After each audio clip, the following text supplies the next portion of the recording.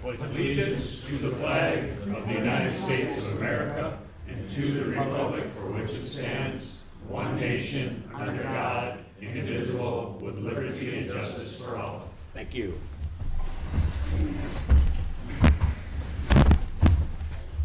All right, Council, we've all had a chance to take a look at the regular agenda. Do I have a motion to approve the regular agenda, please? I'll move to approve the agenda as written. Thank you, John. And a second. Second. Councilmember Carr? Aye. Councilmember Rod? Aye. Councilmember Giefer? Aye. Councilmember Tufti? Aye. Mayor Huber? Aye, thank you, Kim. Consent agenda, we've all had a chance, hopefully over the last week, to take a look at our bill list and some of the things that are on the consent agenda. I would entertain a motion to approve that consent agenda, please. Make that motion. Second. Bob? Councilmember Carr? Aye. Councilmember Rod? Aye. Councilmember Giefer? Aye. Councilmember Tufti? Aye. Mayor Huber?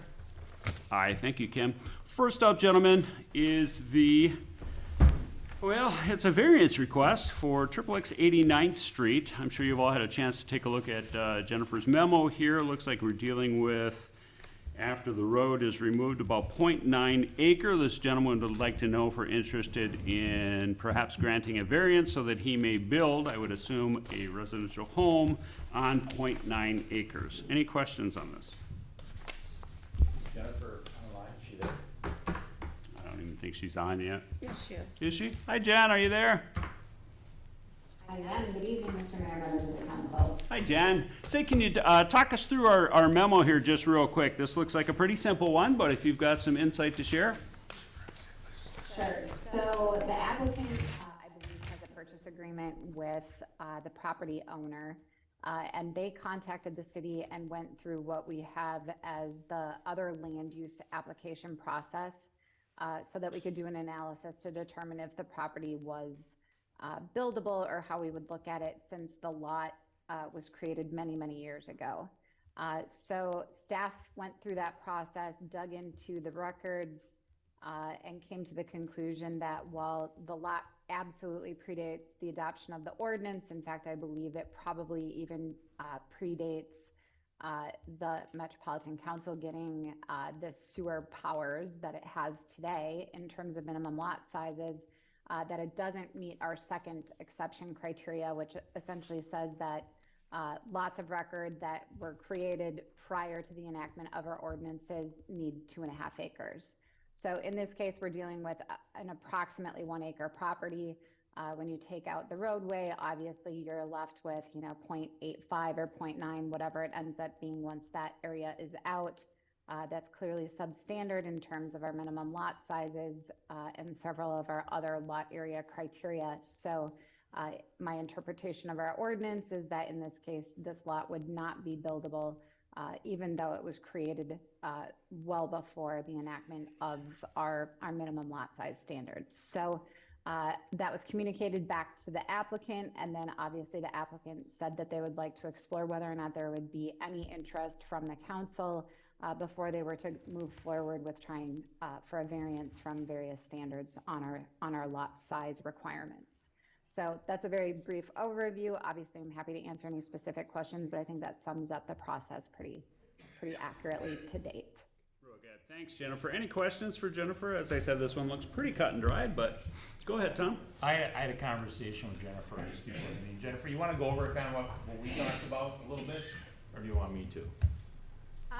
Sure, I can give you an overview of, so Councilmember Carr and I spoke briefly in terms of there's essentially two ways that you could go about this. If there's an interest from the council's perspective in allowing lots that are approximately 1 acre or under that 2.5 acres, we do know that there are some of those that still exist in the community that have not been built on, but that were created many years ago.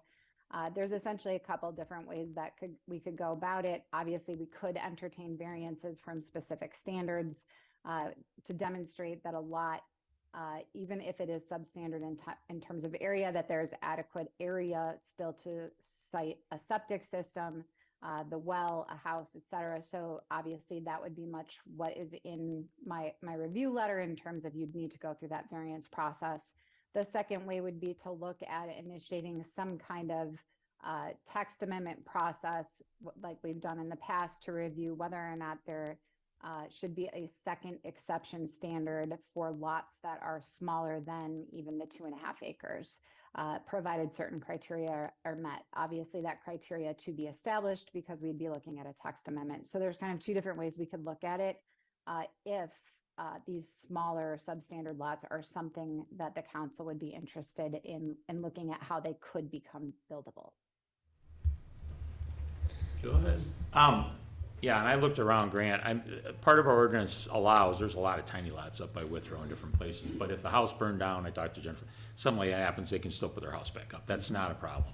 But there are a lot of small lots, there's a whole bunch of them down in Imberg Court, owned by a trust.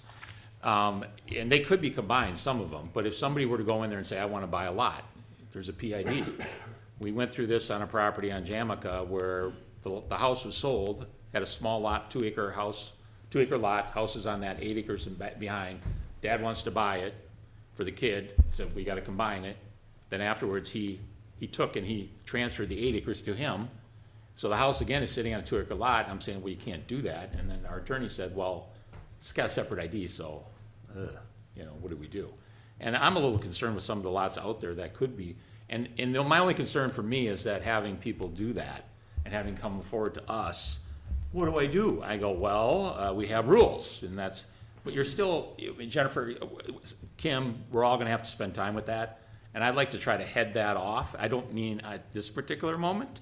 We can deny this, and that's, or do whatever, not give them a variance, that's fine, but maybe we should revisit it so we don't have to revisit all this every time it happens, and we can have some, and I don't know the exact mechanism, I leave that up to, the attorney and Jennifer, Kim's advice, whatever, whoever we can throw in our advice, and come up with a method, because we do have a lot of those small lots left that are not built on. Okay, well, that's not on the agenda. I Let's go understand ahead and look at this as a yes or a no. There's no vote taken here. So this gentleman wants to build on a 0.9 acre lot. There's, in my opinion, obviously I haven't been out there and done any soil borings, putting 2 septic systems into a 0.9 acre lot will be quite the accomplishment, but that's the only way it could be built on. Also, we have some Met Council agreements we've agreed to throughout the years, as well as our own ordinances that clearly state this lot is not buildable. Now, if you'd like to have a discussion about these smaller lots later on, sure, yeah, no problem. Let's bring it up later on when we talk about putting things on the agenda, and we can discuss it at that point. Yeah, and that's what I just said, so, Good. Good. Good.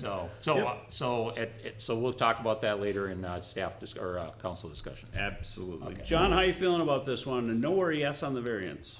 It's pretty cut and dry in my, Yeah.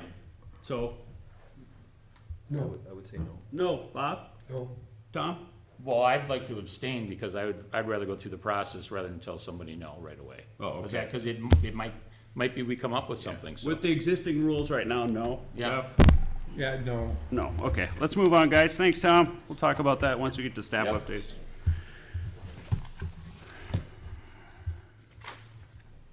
All right, Brad, looks like you're up. Are you with us? Gotta switch screens. I am here. There he is. Gotcha, Brad. Good to have you evening. back. See your smiling face. Looks like we're gonna talk first about an assessment hearing on Knollwood Drive to improve the street. Go ahead, Brad. We are, Mayor, members of the council. Tonight I'm seeking a motion by resolution to declare estimated costs and schedule a public assessment hearing for the Knollwood Drive Street Improvement Project. As you know, the project was initiated by a petition by the adjacent property owners and is following the Minnesota State Statute 429 procedures on special assessments. To date, the following procedures have been completed. The City Council adopted the feasibility report at the June 27th, 2023 regular meeting. A public hearing was conducted on the August 1st, 2023 regular meeting. Following the public hearing, the council ordered the public improvements and authorized the preparation of the plans and specifications. The council accepted the plans and specifications and ordered the advertisement for bids at the January 2nd, 2024 regular council meeting, and bids were received last week on May 2nd, 2024. So the improvements are anticipated to be partially funded by the special assessments to benefiting properties in accordance with the city's assessment policy. The total benefit amount to be assessed is estimated at $219,836. There are 8 total buildable units. The assessments per buildable unit is estimated at $25,426. The city of Grant is contributing street maintenance dollars in the amount of $16,431 to the cost of the project. Assessments are proposed to be paid in equal annual installments over 15 years at a 4.5% rate for each parcel beginning in January 2025. The assessments may be paid in whole with no interest charged if the entire assessments is paid prior to October 31st, 2024. So city staff is recommending scheduling the public hearing at the June 4th regular council meeting. So with that said, I would entertain any questions from the mayor or the council. Just real quick, Brad, just the one, I probably always ask this one. The 219,836 on the 8 total buildable units, that is prior to our contribution of 16,431, or is that after our contribution? That is, your contribution is not included with that 219,000. So the 16,000 needs to be subtracted from the $219,000. Great, so, yeah, nice. Thanks, Brad. I appreciate that. Yep, you bet. Gentlemen? Yeah, let's do it. Hey, our roads are working, and people are getting them done, and the process is great, always driven by the residents. We do not send you a letter and tell you when to do your road. You tell us when you wanna do your road. That's what makes the difference out here. Citizen driven. Do I have a motion to approve 2024, I think it's 06? Thanks, John. Yes, I do. Thank you, Yep. John. Second. And Mr. Kiefer. Councilmember Carr? Aye. Councilmember Rod? Aye. Councilmember Kiefer? Aye. Councilmember Tufti? Aye. Mayor Huber? Aye, thanks, Kim. All right, consideration of resolution 2024-07, municipal support for Highway 36, County Road 17. Am I ever glad to see that? Brad, go ahead. Mayor, members of the council, tonight I'm seeking a motion to adopt a resolution approving municipal consent supporting the county's preferred concept drawing and continuing the development of final plans and right-of-way acquisition necessary for the construction of the Highway 36 and Lake Elmo Avenue intersection improvement project. Washington County, in consultation with its partners, MnDOT, the City of Grant, City of Lake Elmo, have engaged in an intersection study process since 2021 to identify and evaluate potential improvements to the intersection.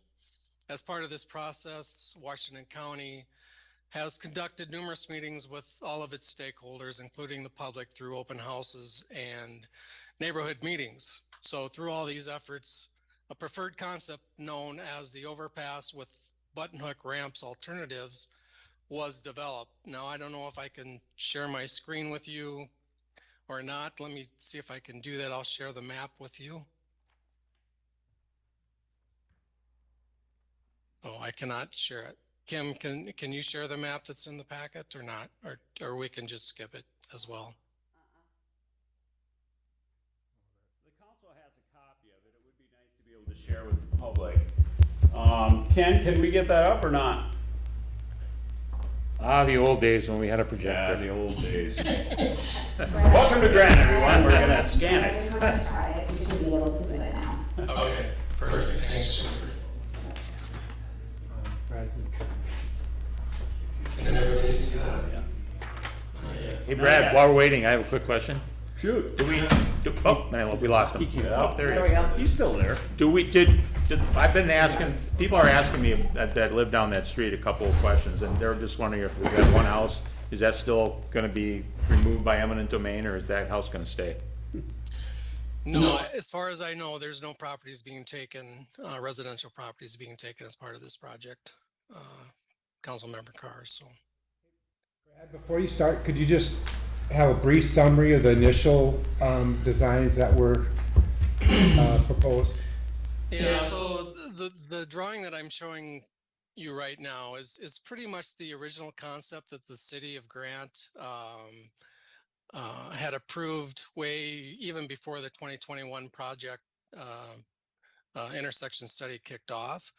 And so this concept is County Road 17 or Lake Elmo Avenue is at grade through the intersection with Highway 36 with a bridge overpass over County Road 17, and then a couple access points, these button hooks is what they're calling them, with a right in and right out onto east and westbound Highway 36 onto the frontage road. So that's how you would access the highway.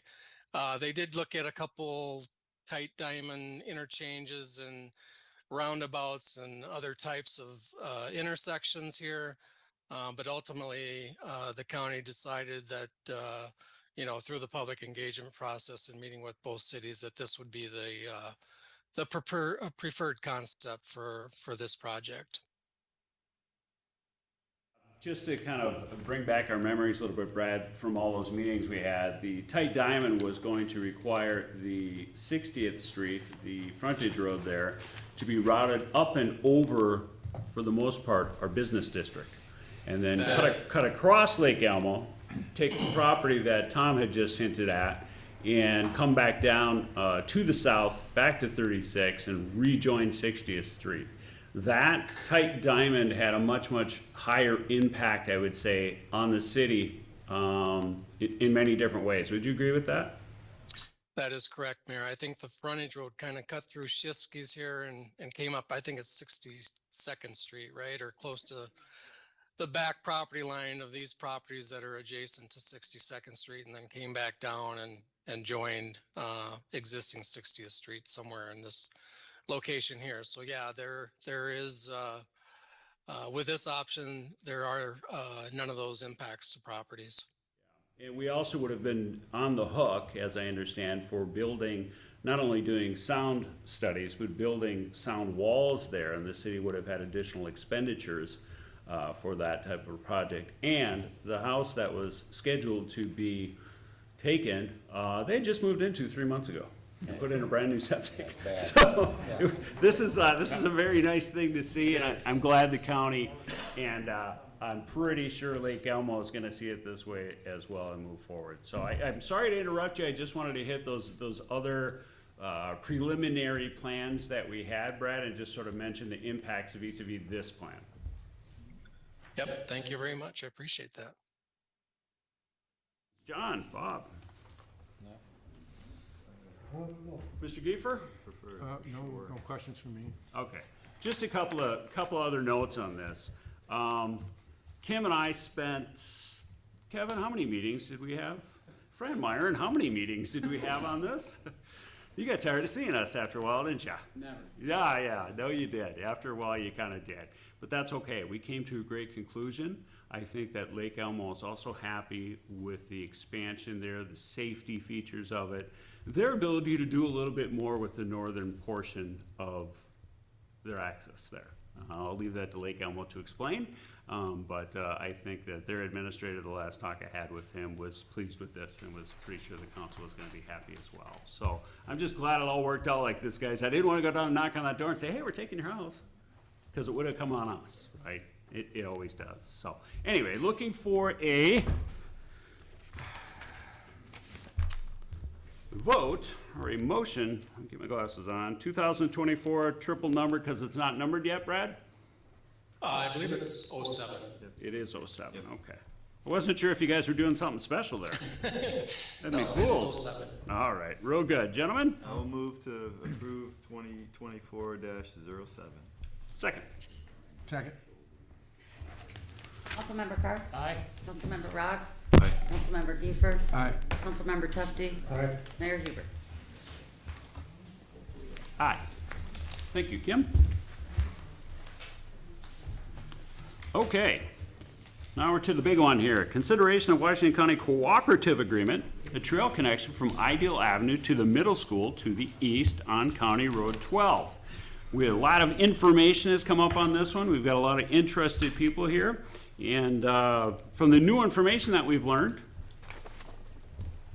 I'm gonna say I like it. Kevin? Thank you, Mayor. Members of the council, thank you for having us tonight. As stated, my name is Kevin Peterson. I serve as Washington County's design engineer. I'm joined tonight, as also mentioned, by County Commissioner Fran Miron. He represents this area. Also, as noted, we're here to discuss an off-road trail opportunity on County Highway 12. Just real quick overview on the current construction going on. So work underway now will extend really near the Wildwood Library in Matamidi, all the way east to very near Kimbrough, essentially where the work is stopping now. This project includes replacement and addition of storm sewer, drainage improvements, roadway and trail reconstruction, a new stoplight at East and Hallam near the gas station there, just west of the fire station. And then also an asphalt trail extension from Hilton to Ideal. The low bid for this work came in at $7.3 million. It was the largest roadway construction project that our county board awarded this year. To develop and get to this point, we held several community engagement events, open houses. Most recently, we held one on April 9th to really gear up the community for construction. So certainly happy with the attendance there and excited to get things going. So on to the matter at hand. As stated, we're here with an opportunity to construct an off-road bituminous trail from Ideal Avenue to the stoplight at the Matamidi Middle School. I'll be blunt. This is obviously a border area. Ideal Avenue is the border between Matamidi and Grant. Just for reference, the city of Matamidi is contributing over $640,000 as part of their cost share to the county construction project that I mentioned earlier.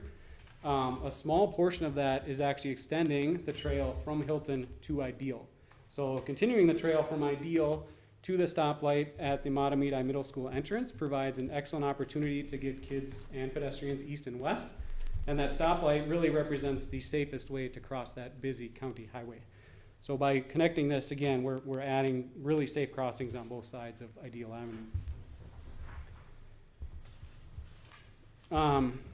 I'd be remiss if we didn't hit on costs as well.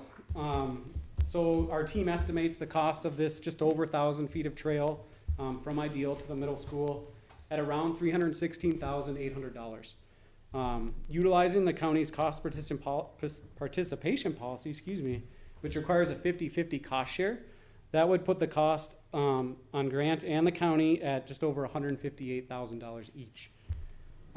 That said, through the community feedback and engagement that we held, we did hear a lot of interest in this trail.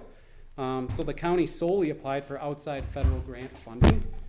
We were successful in this grant request and were awarded $256,800, essentially 80% of the $316,800 cost. So what that does is it brings each county each cost share down to $30,000.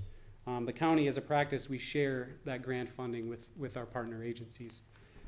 So really with that, Mayor, members of the council, thanks again for having us and the opportunity to present this and discuss this trail segment. We've done a lot of great work together, frankly, between us and the city here. And we feel really strongly that we've done everything possible to lower costs for this trail. Additionally, we've also really eliminated any long-term maintenance requirements as the city of Matamidi has agreed to plow this trail as well. The county is not equipped to plow trails. We rely on all of our city partners to do that. And in this case, Matamidi has agreed to step up and plow this segment of trail. So with that, I'm happy to hear any discussion, and I'll stand for any questions. Yeah, just real quick, Matamidi, it's not that Grant doesn't want to do that. We don't have the equipment. So for us to go out and purchase capital equipment in order to do a segment like that would be really cost prohibitive. It really wouldn't make sense for us. But I will echo what Kevin said here. We have done a lot of good projects together. And working with these guys at the county, whether it's with Fran, whether it's with Wayne, the head over there, has always been a pleasure. I am thrilled that at first we kind of looked like we were alone a little bit. Like, hey, we need some money for the trail. And I'm like, okay, anybody else gonna kick in here? I know it's in Grant and all, but then when the full story comes out, it's like, well, this is a community effort.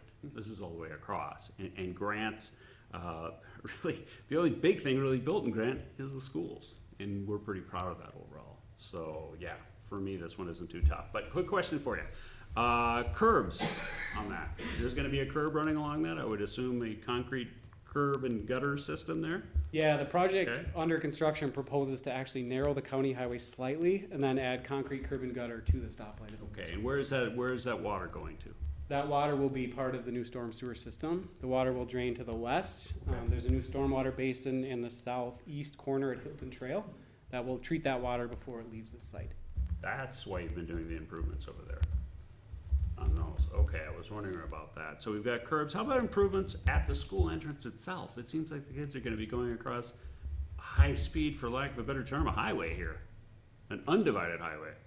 So how about improvements there? Yeah, Mayor, you know, the signal that was put in there, I believe in 2022-ish, that was set up for this pedestrian crossing. So that is, again, the safest way for us to get kids across busy county highways. And as I understand it, the school led a Safe Routes to School program and has also applied for grant funding to develop their trail system within the school grounds. Okay, so that was really where I was going. There is no trail system there yet, and it's really not planned yet, but they are applying for some funding on that. Correct. Yeah, because that's the parents get pretty packed in there, and it's hard to really have good sight lines when you're going around all those corners. So, good to know on that. Gentlemen, other questions here? Tom? Yeah, Kevin, we talked a little bit about, also there's an extension, we had a community group that came forward, wanted a light on the county road. No, that's not gonna work. But at that time I mentioned, why don't you talk to whoever's planning 12 to see if you can get a sidewalk? And you wanna explain what's been going on with that, on that topic? Yeah, Mayor, Councilmember, the county also, you know, utilizing our own efforts, has applied for our own Safe Routes to School grant to actually extend the trail from the Matamidi Middle School stoplight east to Inwood Way. You know, it's actually common that trail segments like that are built with developments. You know, unfortunately, that didn't happen here. We tried. Understood. But so we are pursuing grant funding for that. We're actually expected to hear next week or the week after, so fingers crossed on that. But that, you know, similar to this, would also have to be approached as a county cost share policy item. So we may be back to discuss that at some Okay. point. Did you have a question? Oh, yeah, so the East Inwood, that's not part of the 7.3 million original project, that's gonna be separate? Yeah, Mr. Mayor, Councilmember, we are reconstructing the roadway, but this trail segment will end at the Matamidi, or at the middle school entrance stoplight. So it will not go east of there at this time. Okay, okay. And to be clear, you know, we will be constructing the segment we're discussing tonight actually next year in 2025. Based on timing, we weren't able to get it into the current project. So we will be constructing that separately next year, if things are approved here tonight. If things go well. You've been working on this since what, 2016, 17? Roughly, yeah. And you started all the way out, I mean, you were almost at the lake, weren't you, when you started this? Yeah, I mean, ultimately, we've constructed County Highway 12 from the county line, you know, Century Avenue, Yeah. all the way east almost to Kimbrell over the past 6 years. So we've made some significant investments here. Yeah, I was And many of those, frankly, were pedestrian centered, right? I mean, with this trail connection, you could easily walk to I think it's Walgreens or CVS in Ramsey County, you know, with the safe connection. No, John's got it a looks good, it really does. John? Yes, I was gonna ask, the grant that you received from the federal government, why did they arrive at that number instead of the full 316? I'm just curious, why they give that amount so specific, and when you submitted the entire 316, I assume? Why did they do that? Yeah, council member, the grants we secure they're through the Regional Solicitation Program, which is administered by the Metropolitan Council. These grants require a 20% local cost share, so they're only 80% grants. And frankly, we got a similar grant of much larger scale through the same program for the reconstruction at Highway 36 and Lake Elmo Avenue. So same program, same 20% local match, just obviously a much larger scale and different project. All right, thanks. It's like they want us to have skin in the game. Kevin, I found this entertaining. What was the cost of the trail to go to the new development if we go farther east? Didn't you say it was like $1 million you applied for the grant? Yeah, council member, I did do some digging and I have it here, bear with me. Grace? So the $1 million I quoted was the trail from Ideal all the way to Inwood. So the section, That's even better, okay. yeah, from the Matamidi Middle School to the east is, you know, in that $550,000 range. Okay, so if that was successful, then you might be coming back to us for a little bit. We may, yeah. Okay. Yeah, we, again, would have to approach that project under the county's cost. I just have something to talk about in general. I mean, we did talk about, we got some money from the state, first time in a long time. We use it for safety issues and stuff. We kinda allocated some of that, but now this is gonna come up. And, you know, to me, time is of the essence, so we need to get this done. Guardrails haven't been out here for over 100 years, so if we have to wait a little longer to put those in again and get this project done and or the other one, which we don't know about yet, may not even happen. I think that's great. I think it's great to have sidewalks on both sides. I know somebody in here had somebody killed on Hilton Trail back in the day. I had a friend killed right in front of the high school. It's dangerous. I don't want the kids distracted drivers, young drivers. It's really our busiest bustling little spot. And so I don't anticipate doing this anywhere else in Grant, but that spot, being part of the community, not having a sidewalk to nowhere basically, would not make any sense to me. So I'm glad we're here and talking about this, and I had a chance to vote on it, so thank you. Yeah. That brings up a good point, money, how we're gonna handle this. Kevin, do you have anything else to tell us, or maybe we're gonna go ahead and switch to a sort of an internal discussion here? That's been happy very to take a seat. informative. So hang out, don't leave. We might call you back up for money questions or something Thanks, here. Kevin. Tom's right, we've got public safety funds. There's just over $100,000 in a public safety fund. Not the COVID funds, the public safety funds, very, very different accounts. So just over $100,000 in there. Now, the interesting thing is, after looking at the budget very closely, we have a line item in there where we had put money over 7 years back, if memory serves properly, and what we were doing was banking money toward county cooperative projects. We were waiting to hear from you guys on some of these projects, so we're kind of trying to save up a little bit. We've got $20,000 in it that's been sitting there for years. So, I know that we have people in the audience.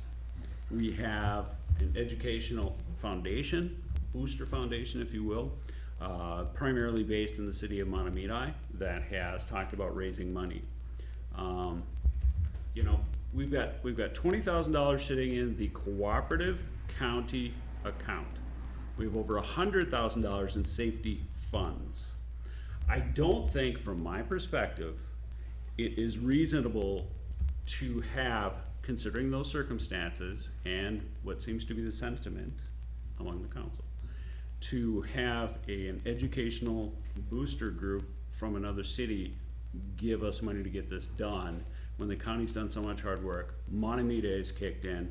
I think that we can afford the $30,000 in total. And I think it is a good use of $20,000 that's been sitting there for years and years. And the $10,000 coming out of the public safety fund seems to me to be the way to go. Comments, gentlemen, thoughts on this? I agree. Kiefer? Yeah. Well, I agree with you, but the fact that they're willing to kick in 15K Yep. speaks to the commitment of the residents and the importance of them for the project, so. Right, and it's a safety factor. We've Yeah, heard some sa- pretty compelling stories on the safety factor. I've seen these kids dancing across the street, and that's what they do. I've given kids rides home that live in Ideal. When my daughter was over there, my son was over there, giving them rides when we went to pick up my son and my daughter. So, yeah, I would think that the city of Grant, to put these dollars toward this use, is a good use of this. We can make sure our kids get to school safely, and, yeah, I like the overall feel of it, and I like Montemita kicking in. Well, and since we know about the other maybe grant, the sentiment for me, obviously, I think this is a no-brainer. And whether the Montemita community, wants to, give us money or not, I just put that aside. If we can pay the $30,000 and be done. But the other one, that's gonna be a little bit more, probably. But I don't want them coming back in 2 weeks and asking us. I'd be for that one too, as long as we get the grant money. Yeah, So I see think how I'd it like to know goes. what the council thinks of that. Well, I think I'd like to wait until I see the project, for me. I'm not making any promises till I see the Well, project. and in what the grant theory, is. I agree with that. In theory, yeah, in theory, it's a good Okay, idea. In theory? Okay, Yeah, in theory. that's enough. Yep. In theory, Bob? Kim? Mr. Mayor and council members, I will just note that the cooperative agreement that was in your council packet had been reviewed by the city attorney as well as the city engineer, and it is ready to go tonight. Okay, are you looking for a motion on this, Kim? I most certainly am. Can I ask one more question, Mr. Mayor? Sure. When it talks about no maintenance, we're not committing to repave it, are we? All right, that's all I needed.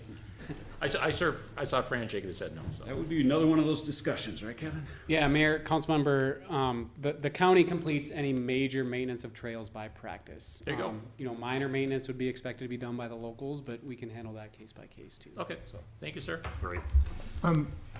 So, Go ahead. does any other council members have comments, or that I can make a motion? If, I just wanna make sure everyone has their chance to. Do we have a number on this, Kim? It's a cooperative. You are Just making a cooperative. motion Just to. make the motion and go to agree with the cooperative agreement. Okay. Are you good, John? Anything for you? No. Okay. I would like to make the motion To approve the cooperative agreement with the county. to approve the Washington County Cooperative Agreement. I second. Councilmember Carr? Absolutely, yes. Councilmember Rogg? Aye. Councilmember Kiefer, Aye. Councilmember Tufti, Aye. Mayor Huber. Aye. Thanks, Kim. And thanks, everybody, for coming. This one, once we get all the information, it was kind of a no-brainer. So appreciate it all. Appreciate the work the county has done on this, because I know you guys are really working it over there. By the way, I got a call from the Montemita Fire Department today. They're not happy with you tearing up their road in front. You probably hear from that guy. Mr. Mayor, would you like to take a 5-minute recess for? I think we should, yeah, because we got a lot of folks here that may not be interested in some of the other stuff that we have going on. So why don't we take 5 minutes, and folks can just kind of, if you want to shuffle out or if you want to stay, it's up to you. We'd love to keep you, but if you don't want to interrupt the meeting and you got dinner to make, it's probably a good time to do it now. So 5 minutes.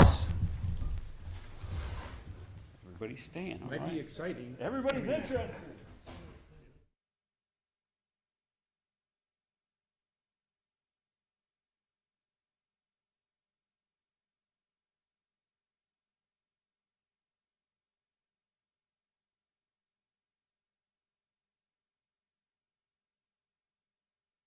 Go ahead and call our meeting back into order at 7:18. I hope that clock's right. 7:18. So Ken, just let us know when you're back to recording and we'll get it moving on.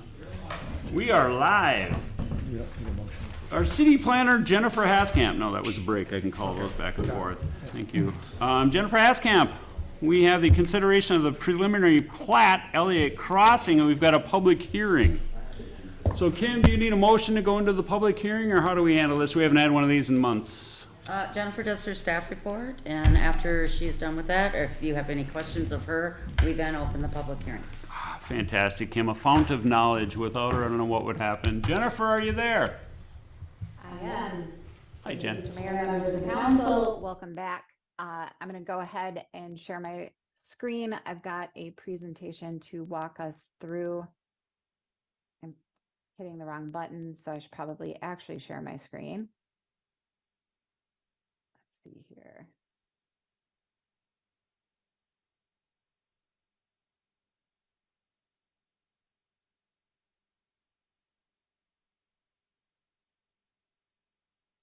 There we go.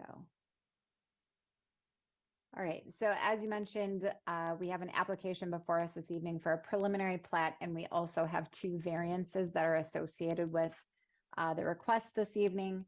That the proposed preliminary plat name is Elliot Crossing. The applicant this evening is Mike Regan. He is on behalf of More Development, and then also there's a gentleman by the name of Mark on behalf of Fenway Development that is also participating in the plat. In the application this evening. The subject parcels are generally located southwest of the intersection of CASA 12 and CASA 17. It's approximately 194 acres in size, so a fairly large subdivision that we're taking a look at. The zoning is A2. There are 4 PIDs that are associated with the application, so it's slightly irregular in shape, which we'll take a look at in just a moment. And as you noted, we do have a public hearing that is scheduled for this evening. So the applicant is proposing to subdivide the property into 18 lots.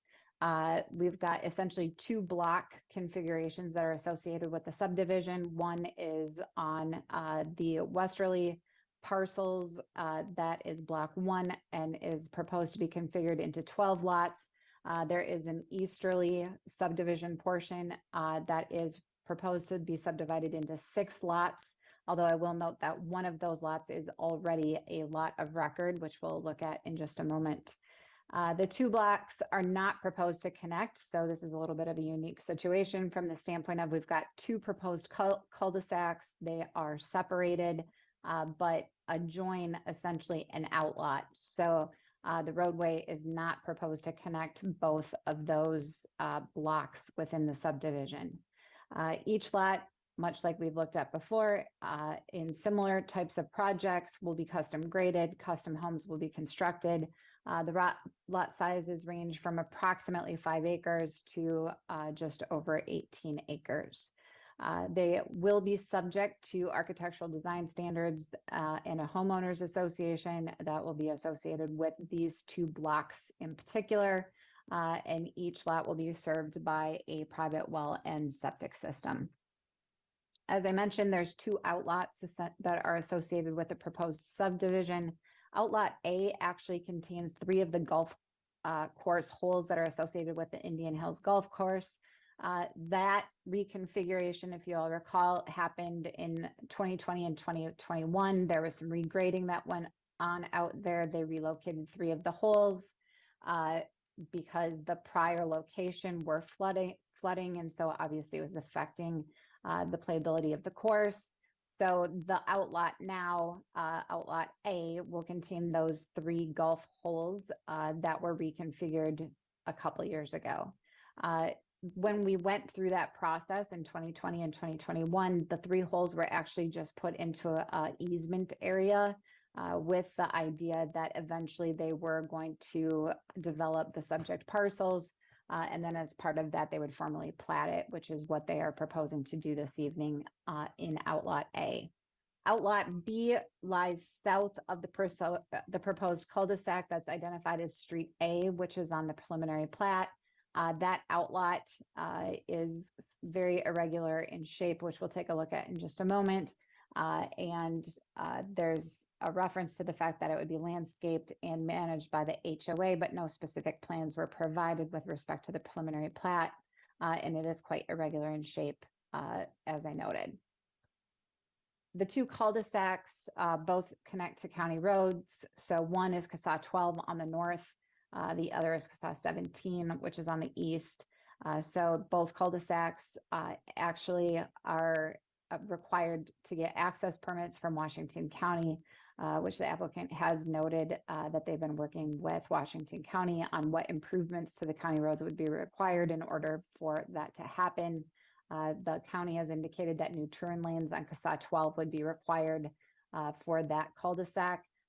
And to the best of my knowledge, nothing on CSA 17 would be required as a result of the 5 lots that would access from CSA 17. So in both cases, the cul-de-sac lengths exceed the maximum permitted, which is 1,320 feet. As a result, there is actually a variance request that is associated with each cul-de-sac to exceed our maximum permitted length. So as an overview, here's the proposed plat. You can see that we've got the easterly cul-de-sac connecting to CSA 12. It runs north-south, as opposed to the cul-de-sac that is coming in from CSA 17 on the east side of the project, and that will run east to west.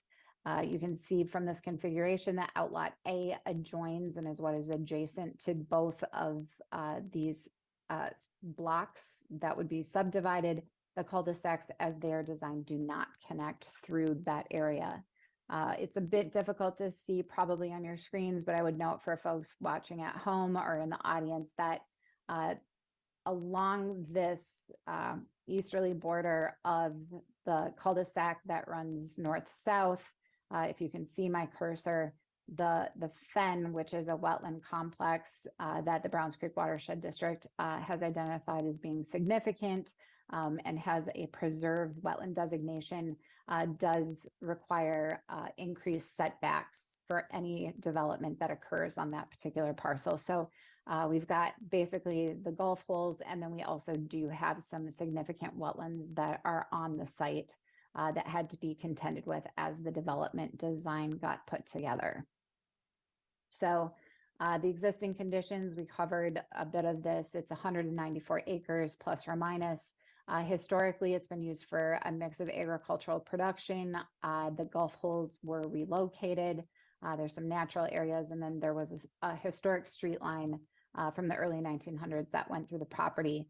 The station was Elliot Crossing, which is where the name for the proposed project comes from, and which is kind of cool and would harken back to the history. And the parcels, as I said, actually have quite a bit of mix of wetlands and woodland areas, particularly as they're associated with that Fen area. So you can kind of see from this aerial, the outlot, if you can see my cursor, it does come through sort of these easterly parcels. Those 3 holes then bisect the two lot configurations or block configurations. When we went through that, if you recall back in the day, we talked a little bit about how there's a conditional use permit and a planned unit development that were associated with the Indian Hills subdivision, which are the subdivisions that lie south of this particular area. And we essentially just amended the conditional use permit to add those 3 holes and that outlot area. And we did that by an easement description. So essentially, this doesn't change anything from that perspective, except for it does put that area into the outlot. So the property is guided rural residential agricultural, and it is zoned A2. In this case, we look at rural residential types of uses, accessory uses that would be conducive or compatible with rural residential development. In this case, they are proposing a development that is consistent with that, and it does meet the density requirements of 4 per 40 or 1 per 10, whichever way you want to look at it. When we go through this, we do basically a 2-part analysis. We have the subdivision standards section, and then we also have the zoning dimensional standards. In this case, we do have easements that have been identified and dedicated on all of the lots, which are shown on the preliminary plat. Our lots are generally complying with all the standards except as noted, which I'll walk through in just a moment. There was a note within the review that one of the lots actually did not comply with the frontage, and that is incorrect. I think it was a typing error on my part. And so all the lots are complying with that frontage requirement. In terms of the lot line standards, we do have a requirement that lot lines should be basically straight or radial to cul-de-sacs. In this case, we do have one particular area between lots 3 and 4 on block 2 that does have a slight jog, which you can see on this graphic. It also happens to be associated with lot 3, which is slightly substandard. And by slightly, I mean it's about 50 square feet under the requirement to meet the 5 acre. So staff is recommending that there's just some minor adjustments to this particular lot and this area to make sure that we're complying with that side yard lot line standard and then also the area standard, but a very minor adjustment in terms of the plat.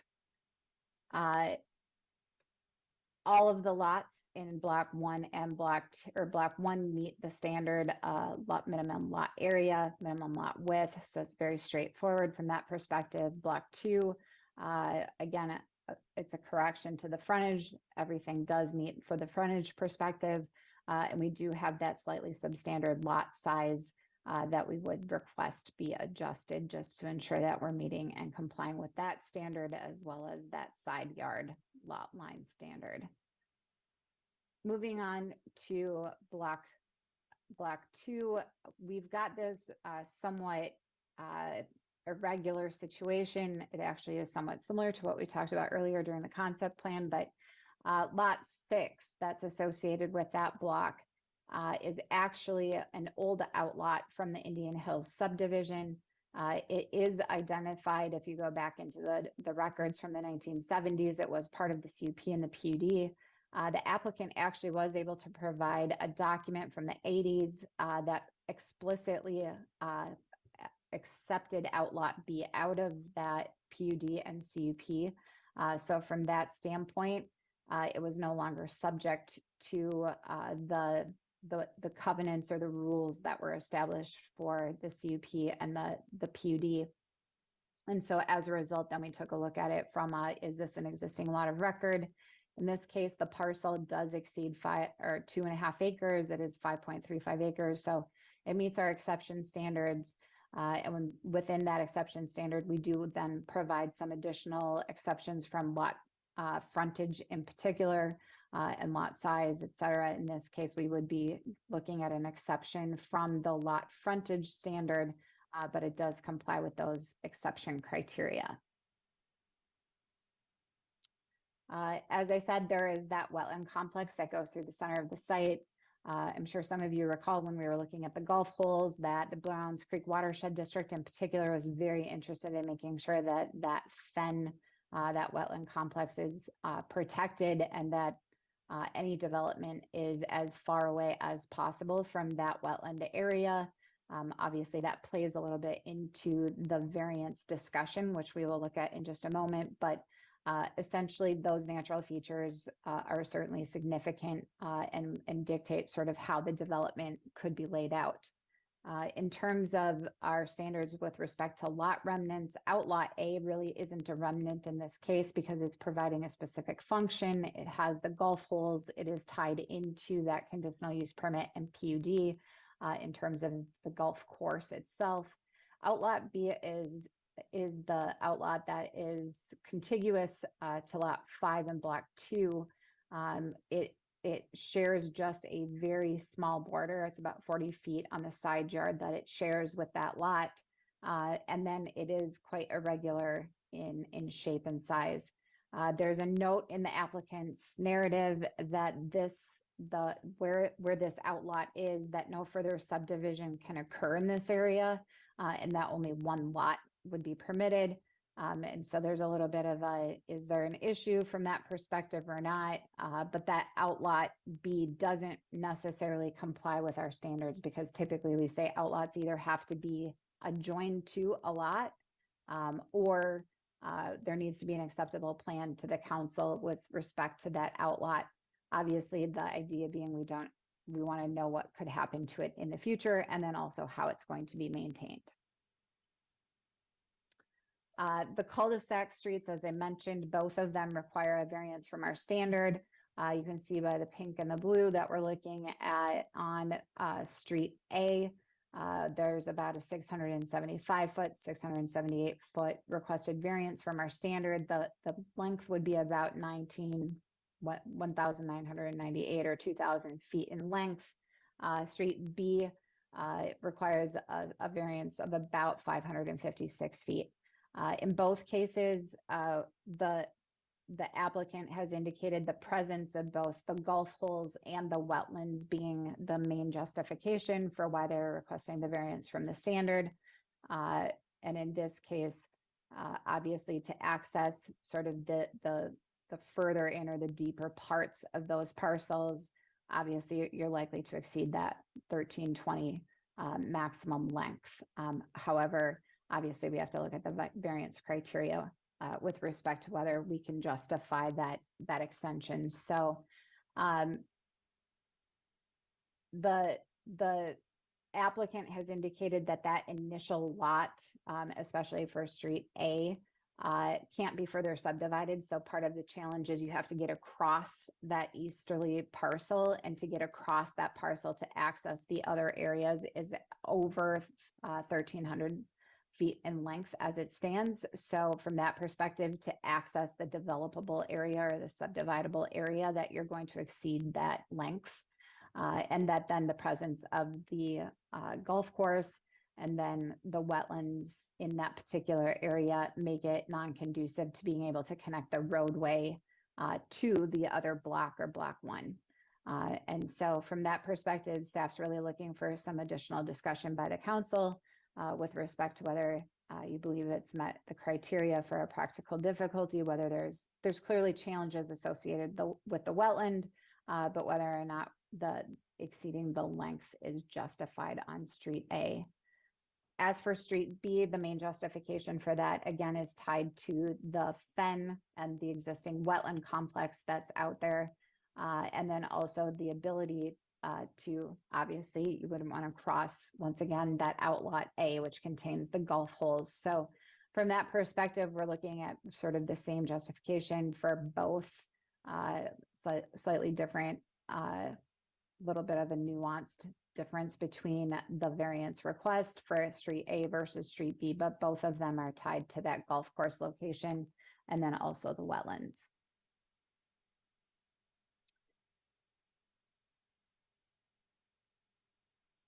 All right, in terms of the overall design of the cul-de-sacs, if we take out the length analysis out of it, as they're designed, they do meet the city's specification and the standard. Brad has reviewed the plans as well and provided a memo.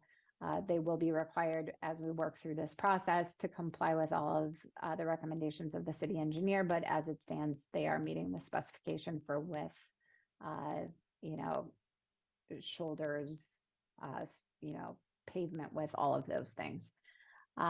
So moving on to the dimensional standards, the density, as I noted, there's about 194 acres that exist. They are proposing 18 units.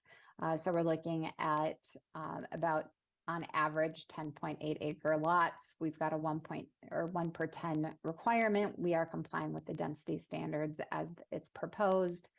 We would suggest that we put a condition in the preliminary plat and the final plat likely as well that no further subdivision is permitted in this case to ensure that we're complying with that density standard. As I mentioned, all of the lot sizes do comply with the standard with the one exception, which is just shy of that 5 acre mark. And we would suggest that a minor modification happen to that lot line. And I think by straightening it out, we would likely get up to that 5 acre threshold. All the lots meet our buildable area requirement, which requires that we have 1 acre of buildable on all lots. As I noted, there's a correction to the staff report. They are all meeting the lot frontage requirement as it's designed. In terms of the septic design, each lot has a primary and a secondary identified.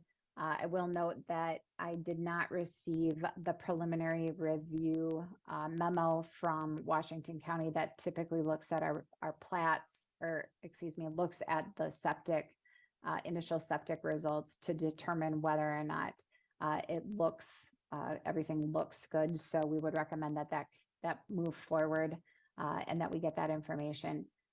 But as it stands, the design does include a primary and a secondary on each lot. So in terms of that lot 6 block 2, that is the one that was the holdover from Indian Hills. We did look through the exception criteria as it stands.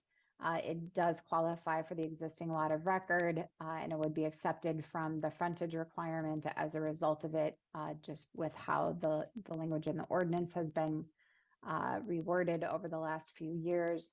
The city engineer has looked at it. There's a recommendation in his memo with respect to how the access to that lot would occur and extension of the right-of-way so that instead of the looping driveway that perhaps it comes straight off the end. I do know that there were some reasons from the applicant's perspective to construct the driveway as they proposed on the plat. And so I do believe that that is something that could be worked out between now and the next, either the next version of the preliminary plat or the final plat. Either way, I think it's a pretty minor piece that we could resolve. The city engineer is taking a look at the stormwater and the erosion control. He provided a brief overview of his recommendation in his memo. Obviously, our standards are also subject to the Browns Creek Watershed District, which obviously has some very strict requirements, especially because we're dealing with that fen on the subject property. So in terms of the engineering standards, which is typical, we referenced the fact that in the draft conditions that all of the engineering comments must be addressed, and if necessary, updated preliminary plat document must be prepared to reflect those recommended changes. We are recommending that we'll follow up with Washington County to get written documentation of the recommendation for the roadway improvements. So the turn lanes on on CASA 12, excuse me, and then also just to confirm that nothing is necessary on CASA 17. And then also that we would not want to grant any final plat until we have the preliminary review from Washington County for those septic sites to ensure that all the lots have a primary and a secondary drain field on them. So this evening, what we're looking for from the City Council is some discussion on the variance requests for Street A and Street B. And then also with respect to the configuration of Outlot B and what an acceptable plan for that Outlot B may be. And then the modified access to Lot 6 and Block 2 as recommended by the city engineer. So with that, we also went ahead and drafted several conditions for your consideration. Many of them are as we've seen in the past, but obviously some of them are specific to this application, including making some minor adjustments to make sure that the preliminary plat complies with all of our standards. So I'm not going to go through all the conditions, but would be happy to discuss any of them if you have questions. So with that, Mr. Mayor, I am going to turn it back over to you for any questions you guys might have. That was complex, Jennifer. Thank you for covering that in such detail. Your conditions look good to me, but let's see what the council has to say. First, Mr. Giefer, your hand was up there. Yeah, so Jennifer, for the first two variances for the cul-de-sacs, I couldn't find anything in the conditions that address that, like what mitigating design features would be proposed to mitigate the extra cul-de-sac length. So, Mr. Mayor, members of the council, there's no conditions per se associated with that. What would happen is, if you're accepting of the variance in the next resolution, because of course we don't have the resolution before you this evening, the resolution would be in your packet. There would be findings related to the criteria of the practical difficulties, et cetera, as to why we are permitting the additional length. So there's not really a mitigation per se, it's more findings related to the fact that the variance from that standard is acceptable and that practical difficulties did exist. And those practical difficulties in this case would likely be associated with the wetland, the fen that's on the site, and then also the 3 golf holes that are on Outlot A. Makes sense. Okay, let's talk about variances for a second. They're granted by a council rarely, but they are granted as a result of practical difficulty resulting from the land. It is not an uncomfortable situation for a landowner. It is not a problem where they want to build something. There is a practical difficulty with the land. In this case, Browns Creek, and I'm sure even federal authorities would be very, very concerned if anything were to happen to their wetland there. You'd be surprised how concerned they get about these wetlands. They're very, very strict with them. So that would be a practical difficulty that would preclude him from connecting those two. So the only way to really mitigate that would be to grant some sort of a variance, perhaps with conditions, perhaps not. But that's the way something like that would be handled. Further questions, Mr. Giefer? So we can determine those conditions. Yes, we will Okay. perhaps ask the developer and the owner to provide certain assurances in order to provide that variance. Tom? Yeah, my history with all the developments we've done too is a quarter mile is really what they want because that's how far emergency responders would have to carry their stuff if the road was blocked. So does Washington County Fire EMT's got to sign off on this too? Especially since it's a variance. I don't know the answer to the question. Yeah. So, Mr. Mayor, members of the council, in the past, you have requested review by our fire and also other emergency services to review it and provide us their comments. In this case, we haven't done it yet, but if that is at your direction this evening, we can certainly do that before a resolution would come back before you on your next meeting. So, and we have certainly done that in the past. Okay, thank you.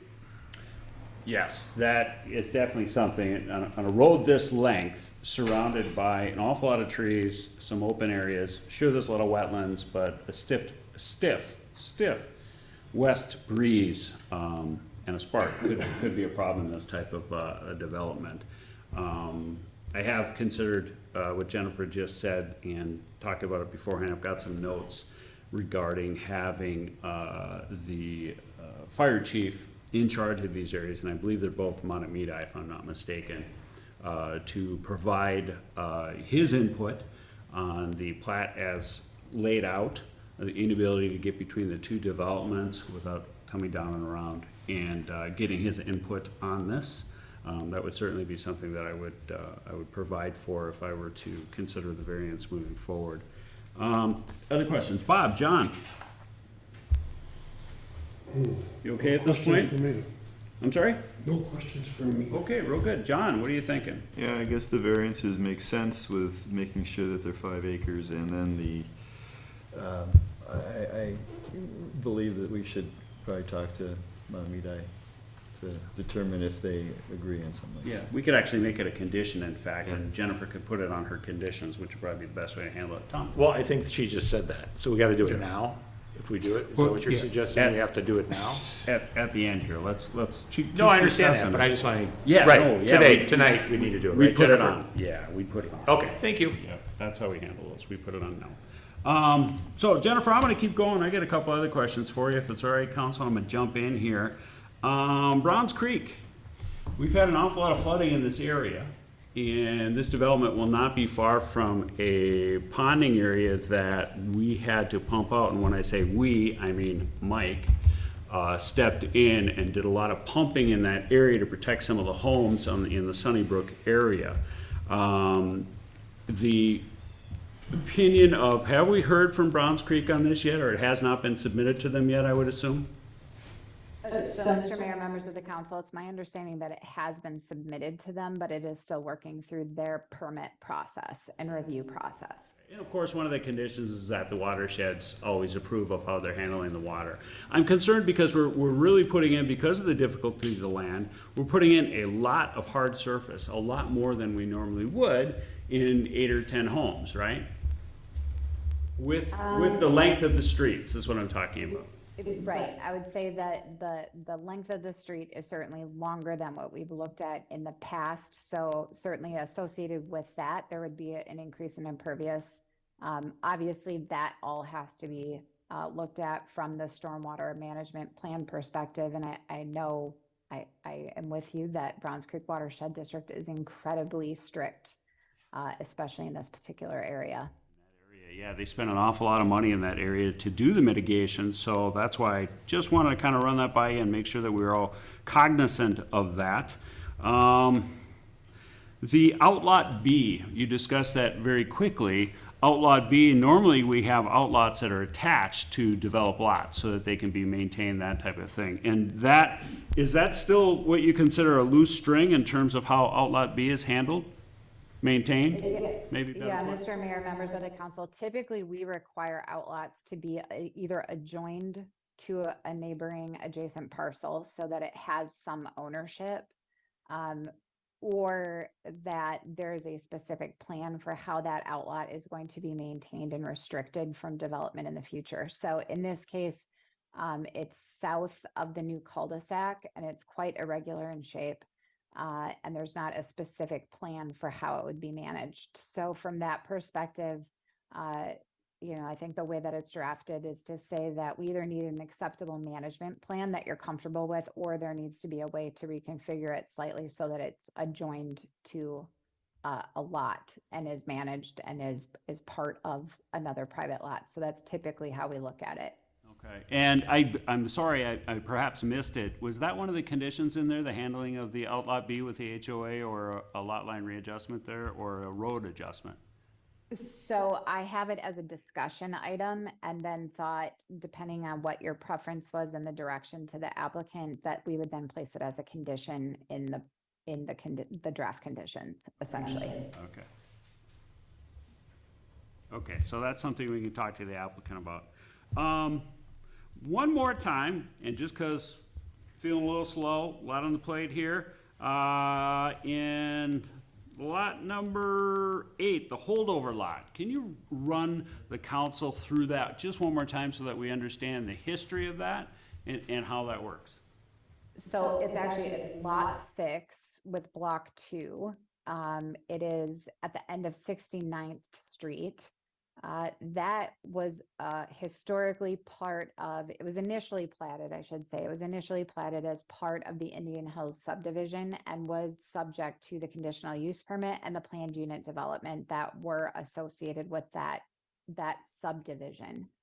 In the 80s, that parcel was removed or accepted from that planned unit development and conditional use permit. And as a result, is now subject to, is this a lot of record or is it not?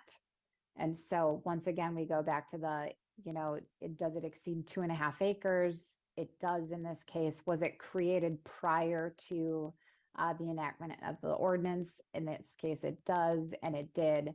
And so essentially then it follows that it is eligible for those exceptions, provided it can meet the other standards. So in this case, it's 5.35 acres.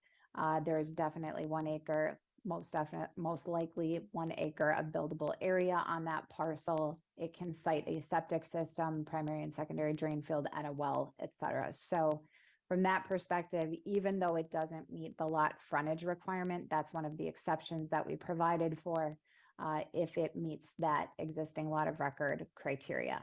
And so in this case, because it was taken out of that conditional use permit and planned unit development, it is eligible for that exception.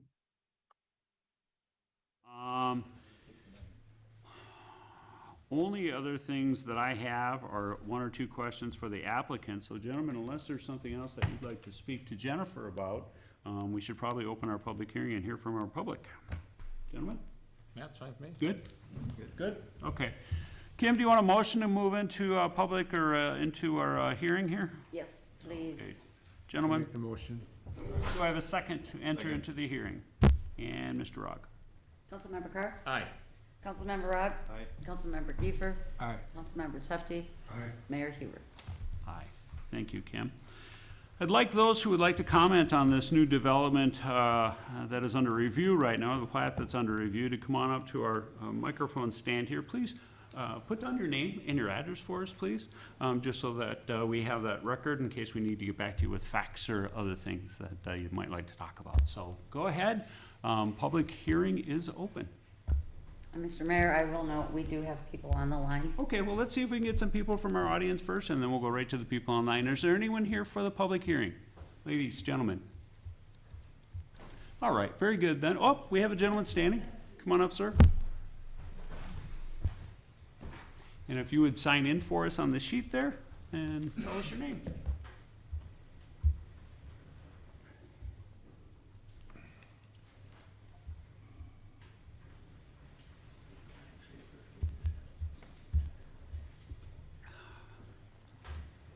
Matthew Eddy, and I live at 7060 Lake Elmo Avenue North, so the east cul-de-sac will be in my backyard with a road right next to our property and a house sitting on the back edge. I guess my first question is, are cluster developments legal or are they not legal in Grant? I would let our planner handle that question. I don't believe this is a cluster development, frankly, but I think our planner might have something to say on that. I think it's a good question. So, Mr. Mayor, members of the council, we do not, well, first of all, I wouldn't say that this is a cluster development. What we require is a minimum of 5 acres for all newly created lots, and the overall density in a particular project or area or 40 acre cannot exceed 4 dwelling units per 40 acres. So the best example I can give is like on a 40 acre parcel, you can have 3 5-acre lots, for example, because those meet the minimum lot size, and then the remaining lot is 15 acres or 25 acres, excuse me. So from that perspective, you're allowed to go down as small as 5 acres. That's our minimum lot size, but the overall density cannot exceed 4 dwelling units per 40 acres. Okay, what you just described is a cluster development. Okay, by definition, is a cluster development. And that monstrosity across the street from me, White Hope Hill, whatever it is, the one on the other side of Lake Elmo Avenue on the, so the east, south, east. There you go. That, not only is it a cluster development, but during the process, and again, I was ignorant to the process and was unavailable for the Browns Creek meeting, but when they came out with their notification for public comment, I was out of town, but it defines that as a cluster development. And I kept the card, and I'm not sure why, but for this day, apparently, that is defined as a cluster development and should have never been built that way.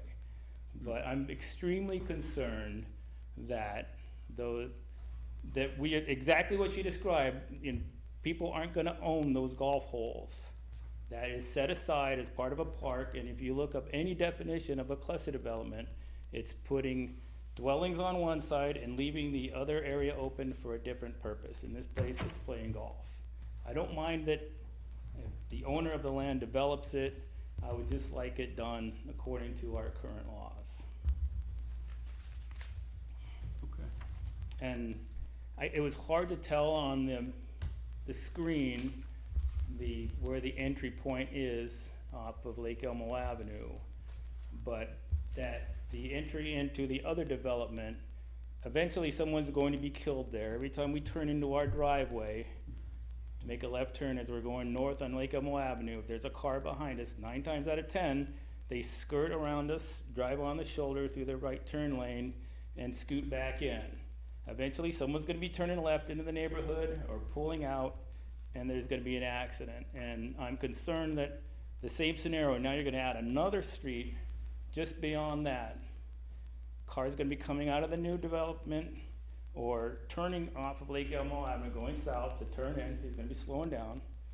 Either my neighbor is going to be pulling out of his driveway, seeing that it's clear, and the car is gonna pass him on the left and kill him. So I know this, there's a way to get this done properly, but what I saw is not legal in Grant, and that there has to be a better way to develop that land in conjunction with the rules that we currently have in place. Thank you. Jennifer? Confirm for me that the lots go from 5 acres to 18.76 acres individually, is that correct? That's correct, Mr. Mayor. Some of them have 5 acres, some of them have up to 18.76 acres. I understand your concerns, but I'm gonna hold my comments for now. Probably not the correct time. Is there anyone else here who would like to step up to public comment? Any other residents? No? Very good. Let's go ahead and switch to our internet callers then. We're so high-tech. Kim? See here, we have, yeah. Hello. Hello, you're on. Thank you, Mayor and Council. I'm gonna keep following up on the golf course, Can you and give me your I address? apologize, for not being able to track this. Sir? But how does the golf Sir? Can you hear course- me, sir? Yep, Sir, can you hear me? Can we get your full name and your address and grant, please, sir? yep, it's Greg Freitag, 9411 Joliet Avenue, 1974 grad of Withrow Elementary, There and 1980 grad of Montemedi. you go. Okay, go ahead, Mr. Greg, Mr. Freitag, please go right ahead, sir. Sorry about that. Thank you. I just always try to follow the money. So I don't understand the golf course and what deal was cut that has part of the golf course being part of the property that allows it to be added to all of this to get the acreage requirements.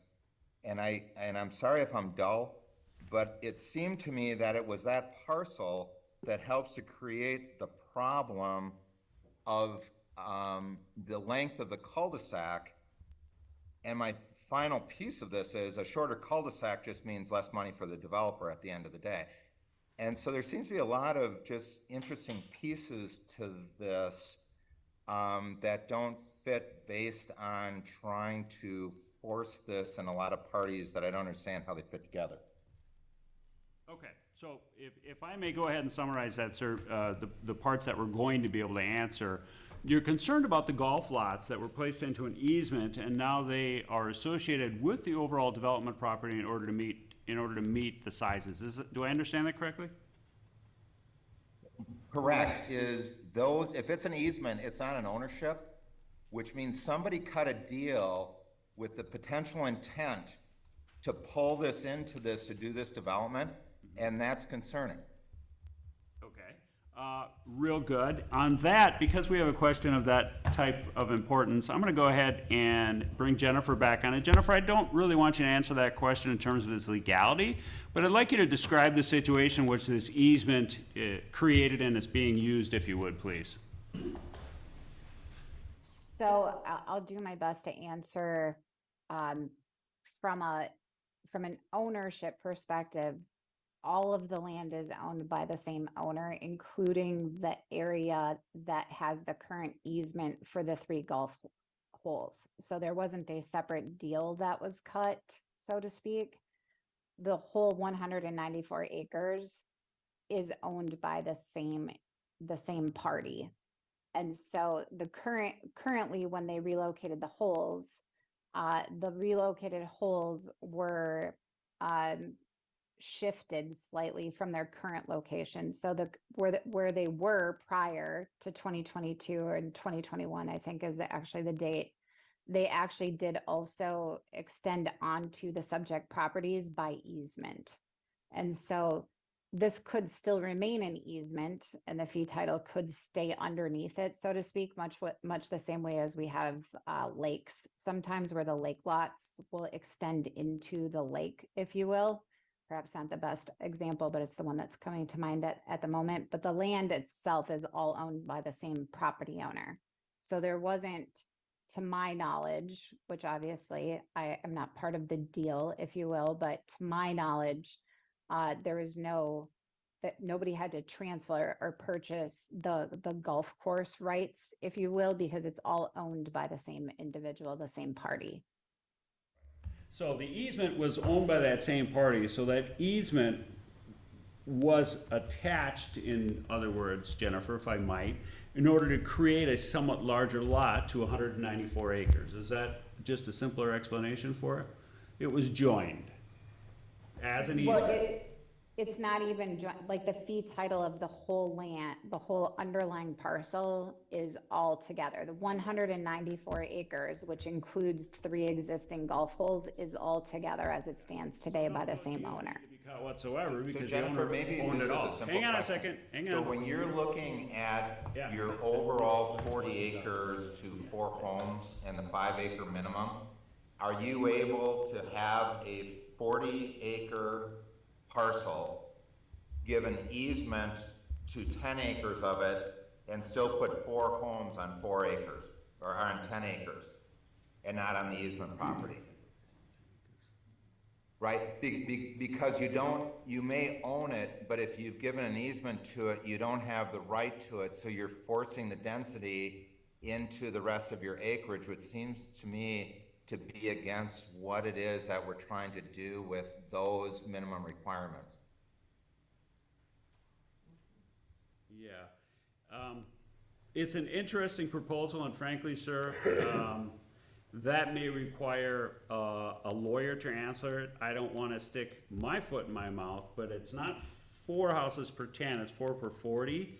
And if the 194 acres is attached to this and one owner owns all of it, that can be considered part of the density, is my understanding of it. Now, whether or not it needs to be addressed further with an attorney, I won't even go there because I don't know.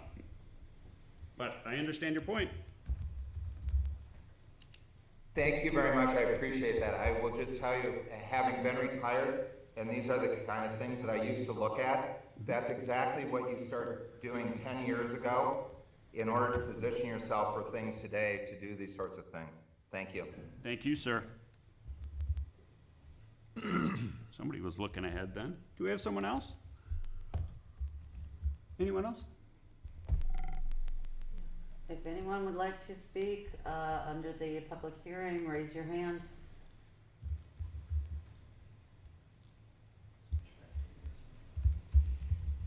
No, we do not. Okay, real good.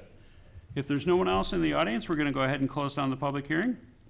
Once, twice, 3 times? Okay, need a motion to close our public hearing, gentlemen. Motion to close hearing. Thanks, Bob. Councilmember Carr? Aye. Councilmember Rauch? Aye. Councilmember Giefer. Aye. Councilmember Tufti. Aye. Mayor Huber. Aye, thank you, Kim. All right, let's jump back into it here. The last question that the gentleman on Joliet Avenue asked, I cannot answer. If anyone here can add some light to that, anyone on the council or any of our professional staff, might be nice to be able to answer that. It seems a little complex to answer at this point, at least without incurring any legal issues. Tom? Well, first of all, the existing Indian Hills Golf Course is a PUD, which we don't allow. Which means you probably can't run water from the water tower out to those lots, I would assume. I'm just kidding, it's just a joke. Not a very funny one, but it's kind of a joke. So we don't allow PUDs. We did start going to this 5-acre minimum lot size, and as Jennifer described. That's never been called a cluster development. However, there's been concern with cluster developments where we leave these large acre parcels in the middle of 5-acre parcels, and Victoria Station's in my backyard. And then all of a sudden, somebody could come in there and say, hey, we want to build 1-acre lots and have a community septic and a community well. And it's like, well, we don't allow that. Not as long as I'm sitting up here, we're not going to allow that. And so this is just what we've been doing forever. I understand what he's trying to say. I don't think that's the case in this point. I'd have to research it a little bit more to see what exactly he's talking about. I have nothing in front of me.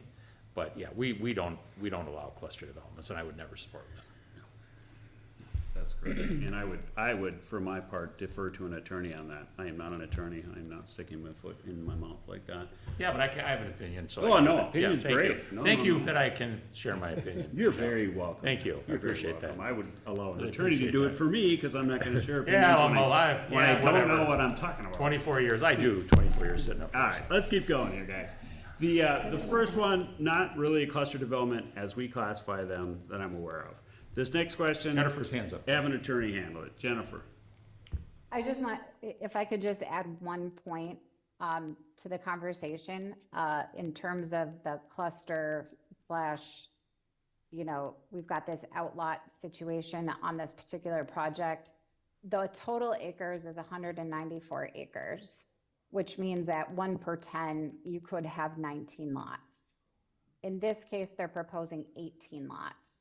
And so there's one unit, if you will, one density unit that still remains. So the way from a planning perspective that I look at it is the outlot that has the golf holes on it. At the moment, we know those are golf holes. But if the golf course goes belly up, for lack of a better way of saying it, that outlot could become a lot and you're still at your 1 per 10, right? So that's why the no further subdivision statement is made, because that outlot would be the only other opportunity for there to be a unit, which would still comply with our 1 dwelling unit per 10 acres. So it's currently used for the 3 golf courses, or golf holes, excuse me, but that's a private use that we can't require that it remains a golf course. If the golf course closes, then typically what happens in a lot of these conversions is they go to the lowest residential use, if you will, which would be a residential unit. So just in terms of the density of the overall 194 acres, that 1 unit remains, which is part of the reason why the outlot B is a bit of an issue and why we typically don't let outlot remnants like that exist. We require them to be joined to another lot for that reason, because we don't want there to be any confusion that it could be a unit later on. So I don't know if that helps, but that's sort of some of the background. It does, analysis. Jennifer, and it makes perfect sense, and we're following our development rules as written, and we continue to do that. What I'd like to do is just kind of move through this a little bit. You've all had a chance to take a look at the conditions that Jennifer has laid out.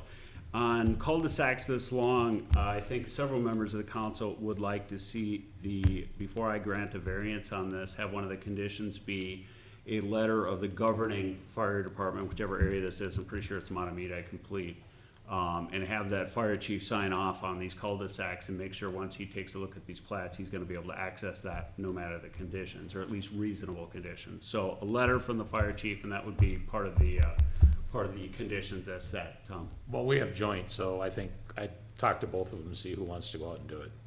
Because we have joint response, so they probably, and that's right on the edge of Stillwater, so it might be good to do that. I'd let them handle this, what I'm trying to say. Yeah, Terry's already told me he's not gonna have Stewart involved, he wants to do it himself, so. Oh, there you go, we'll well, leave it to information them. I didn't have. All Yeah, right, we'll leave that to them, okay. and they can figure it out between them, so. That's one of the conditions, I think we've got some agreement on that one.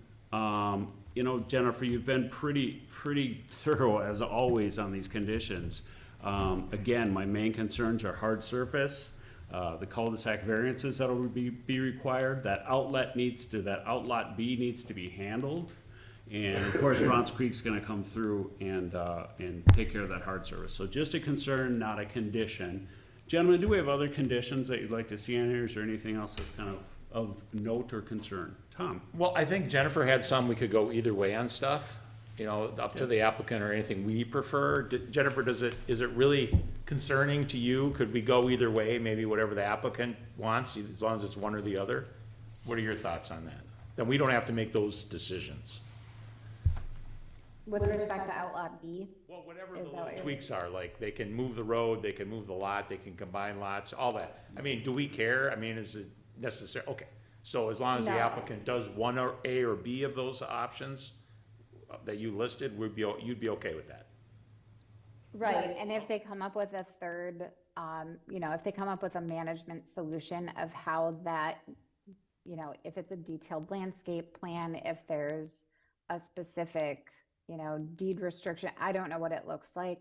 But obviously this will be back before you, at the June meeting. And if that's the solution, that would be in front of you also to make sure that you're okay with that. But any one of those three solutions is potentially viable. I don't wanna Or micromanage two this solutions, for either them. combine it or come up with a management plan or shift the road or whatever it looks like. Okay, that's good enough for me. You could assign it to the HOA is what you're saying. You'd be okay with that, making it? Okay. So the HOA can step in on that one, that's fine. I mean, if the road needs to go there, the road needs to go there, that's gonna be up to the applicant. So if the HOA is the best solution, the HOA is the best solution, right? Okay, anything else, guys? Jennifer, are you looking for any action by the council this evening? No, I'm looking for general, if you're comfortable with it, so we can prepare the resolution of, it sounds like approval. We would go and get the feedback and review in writing from, the fire and emergency services. So that would be back before you with the resolution of approval at the next meeting, if that's as we're directed. The other thing I would mention is actually one of the residents during public testimony mentioned the access, and I did want to reinforce the fact that we will try to get in writing from Washington County what they are recommending for the improvements to both county roads to make sure that we've got that documented as well in terms of that access point. Right, and that's pretty standard procedure I see in here. The county has already called for turn lanes out on 75th Stillwater Road, right? Correct. That's what I Okay. understand. And Yep. let me just ask a quick question here. The county has improved some of the access to the roads flowing west off of Lake Elmo there as we come down the hill.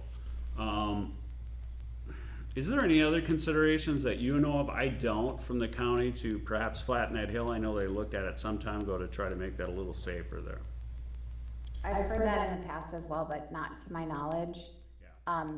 Once again, it is part of why I will absolutely follow up before our next meeting with the county to make sure that we've got everything that we've got it, we're understanding exactly what they're looking at in terms of that access point on CASA 17. Yeah, and I wonder if Brad, or even perhaps you, I'm not sure which would be more appropriate.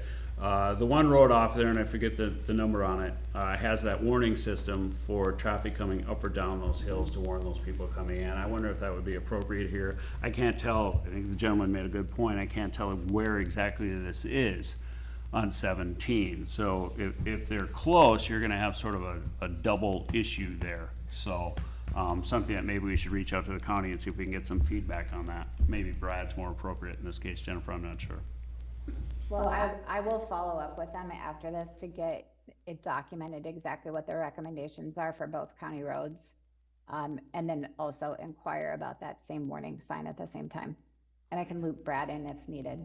Yeah, Fantastic. That's fantastic, Jennifer. Other than those things, I think the council, it was pretty darn happy with what you had done, the work you had done, the developer had done in terms of laying this out. You're doing about the best you can with the wetlands stuck in the middle of it. And, you know, watersheds are pretty jealous of those things. So they don't want you messing with them, and this looks like about the best we're gonna be able to do here. So with the conditions we've put in, the fire chief, if he wants to be presented with this, and he does, to produce a letter agreeing with this, and then just the other minimal direction I think we gave you, I think the council can probably recommend this going forward with Jennifer's assistance. Mr. Rock? I think so, yeah. Mr. Mayor and council members, again, I would just like a process question answered by Jennifer. And Jennifer, in the past, we have absolutely discussed these things, added conditions, brought the resolution back to the next meeting. Can we go ahead, can the council make a motion to preliminary approve the preliminary plat based on your conditions and bringing the resolution back next month?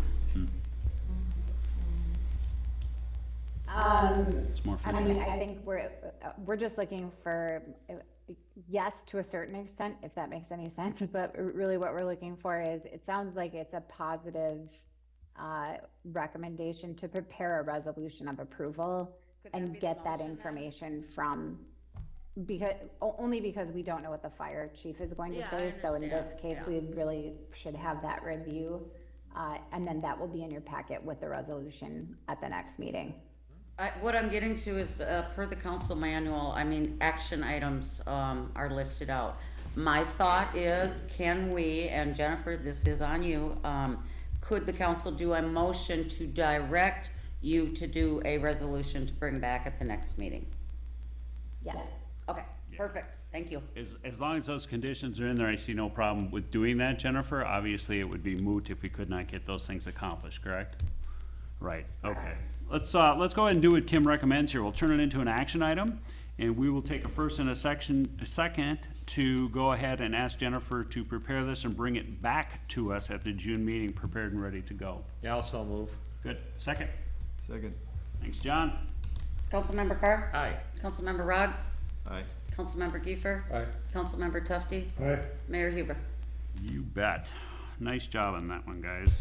All right, that's a tough one, but well done, Jennifer. Appreciate all the work on that.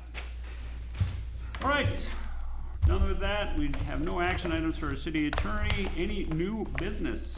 None. Unfinished business? None. Staff updates? Nothing. Jennifer's not saying she has any, so I think we're good there. City council reports. What do we got from the guys?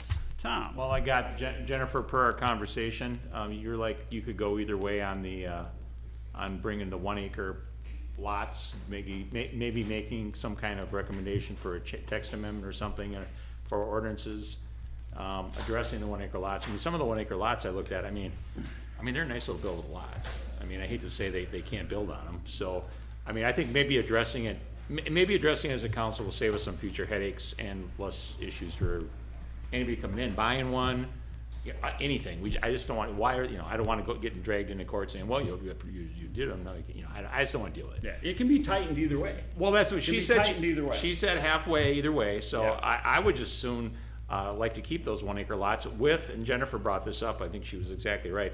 Obviously, you got to have septic. There's certain conditions. You have to have septic.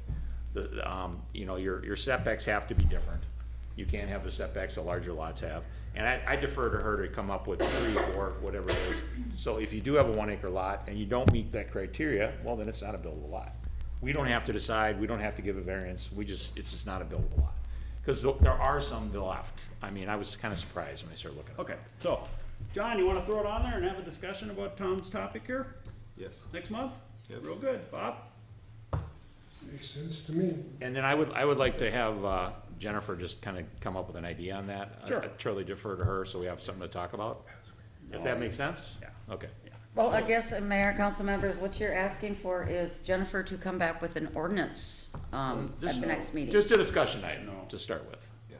Just to see what she thinks. Because maybe she'll noodle it and say, yeah, I don't think we should do anything. I don't know. But we talked about it kind of not very long ago, so I just defer to see what she can come up with. Yeah. Jeff? I'd love to hear how we could tighten that up. I don't Yeah. wanna see 1 acre lots Yeah, I don't developed, either. so. The purpose of it for me would be to tighten it up. We don't need 1 acre lots. We're gonna make a lot of people upset with 1 acre lots. So I'd like to talk about it, but I'll end up tightening it, from my perspective. Anything else for city council reports, guys? Nothing else. Community calendar, I think it is, Bob's last day. Bob, do you wanna read the community calendar or not? You can pass it, Bob. You can pass it to John. John, community Sure. calendar, please. Matabidi Public Schools Board Meeting, Thursday, May 9th and May 23rd, Matabidi District Education Center at 7 p.m. Stillwater Public Schools Board Meeting, Thursday, May 9th, Stillwater City Hall, 7 p.m. And Washington County Commissioners Meetings, Tuesdays at the Government Center, 9 a.m. Thank you, John. And before we adjourn, I'd like to offer the floor to Bob Tufty. Bob Tufty has been with the city, working on our planning commission, being a volunteer. If you see flowers around this building, it's Bob and his wife. He has put service into this city for, I can't even imagine how long, 25, 30, 40 years. Bob was appointed here when we lost one of our council people, and he's done a fantastic job. He's been a real source of strength and stability, and Bob, unfortunately, is going to be leaving us. So I think he has a couple of words to say on that matter. Yeah, I'd like to thank everybody here for helping me during the years I've been involved in city business. So I'd like to start with John and say, John, you served on the planning commission before coming onto the council, and you have been really amazingly good as a councilman. Proud of you. Good friend. Tom. Uh-oh. Oh. Now I'm gonna get you. You introduced me to a lot of your friends in your home, where you invited me to come over. And a lot of those people are still friends with me now. Like them a great deal. And I appreciated that. I just wanted you to know that. No, thanks. You got me started in city business. I'm sorry. Are you blaming him, Bob, or Yep, thanking yep. him? Comes a hammer now. No, I was kidding. Anyhow, some of the things that you did for the city that I'm aware of, I'm sure there's a lot more, but you allowed me to get our street blacktopped. And I've been grateful ever since. We needed that desperately. So anyhow, also you did some things that most people don't know about. Tom has been, and me too, but gone down to the state capitol, and we would campaign or be a part of a group effort to get some things done the way we wanted them done. And for that, I'd like to thank you too. Well, you're welcome. It's a Thank great, you. great thing. I enjoyed the activity. Jeff, or should I say Mr. Mayor, Jeff's good, please, no more of that. served on Planning Commission. He served on the City Council. He's currently the mayor and has done quite a few things that most people probably aren't aware of. He got this building reconditioned. It was in pretty poor shape, and we were having trouble with windows and doors and all kinds of stuff. And he has been the most active person in getting the roof repair, siding done, a legal sidewalk, because we weren't legal. He took care of that. He got the parking lot blacktopped. Windows were replaced. So he's taken on quite a few things to make this a more enjoyable place to come and do our jobs. So thank you. Thank you, Bob, I appreciate that. My hands still hurt from doing all the curling and pounding. It's hard. Oh, there's one other thing that he's done that really did a lot of great things for the city of Grant. He was on the commission for cable TV, and he has worked really hard in that role. And some of the things that benefited the city He could run off all this better than I can, so I'll let him do it if he wants to. I'm Okay, 2 minutes for that. Thanks though, Bob. I do appreciate that. I wish you would. Thank But Jeff Kiefer is a personal friend now. We served on the planning commission together with John. And he's become involved in certain things, trying to smooth over rough spots on how we operate, things like that. He's a really good guy. And he and I go to breakfast every so often, and I hope we keep doing that. I love it. So anyhow, you guys are all friends that I didn't have until I got involved here, but I'm really proud of you. And then Kim over there, she has done more things than people ever know about to help the city of Grant. She's kind of responsible for handling a lot of things that Jeff gets involved in, gets him on track and stuff, you know. He needs it. So, anyhow, with that, I've been very proud to do different things for the city of Grant because I'm proud of Grant. I'm glad that we moved here 20-some years ago, and I've enjoyed myself as being a part of the city. So, thank you. You go, Bob.